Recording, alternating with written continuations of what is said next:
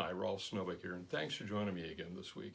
So last week we talked about selecting the right roof system and taking care of it, and it'll last a long time. I mentioned that warranties were a rather new addition to the roofing industry that surprised a lot of people. I got emails, phone calls, and texts from people saying, "What are you talking about? They've been around forever."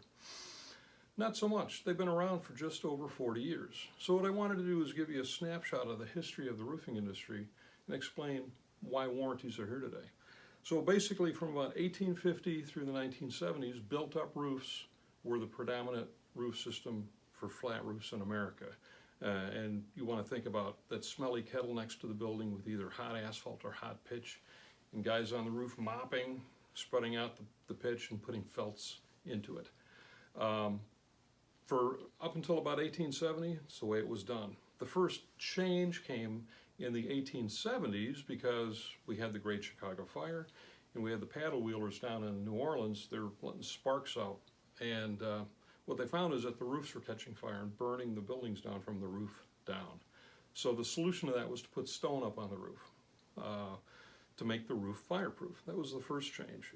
And after that, from the 1870s through the 1940s, that's the way flat roofs were built, and by and large they worked.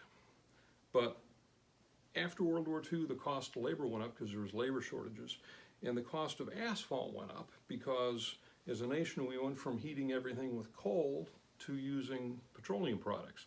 So now there was competition for roofing asphalt from the petroleum industry, and that caused the cost of asphalt to go up. To help combat that, they started taking out labor and material. Instead of it being a 4-ply roof, it would be a 3-ply roof or a 2-ply roof. And eventually they got to the point where built-up roofs stopped working. They could if you built them the way they had before, but they cheapened them to the point where they didn't work right anymore. That caused the single-ply revolution of the 1980s. And at that time period, hundreds of manufacturers entered the market to sell various single-ply products. Building owners were leery to try these new products because they were not familiar with them, where they had over 100 years of history with traditional roofing methods.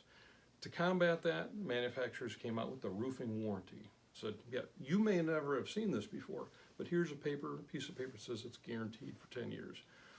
So in the early 80s is when warranties really entered the market, and they've been here since.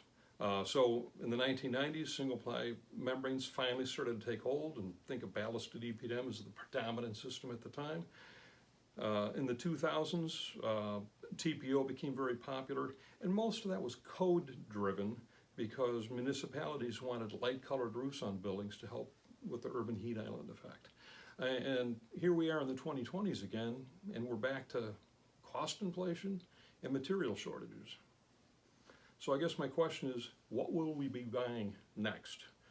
The challenges we're going through today, what changes will they force on the industry?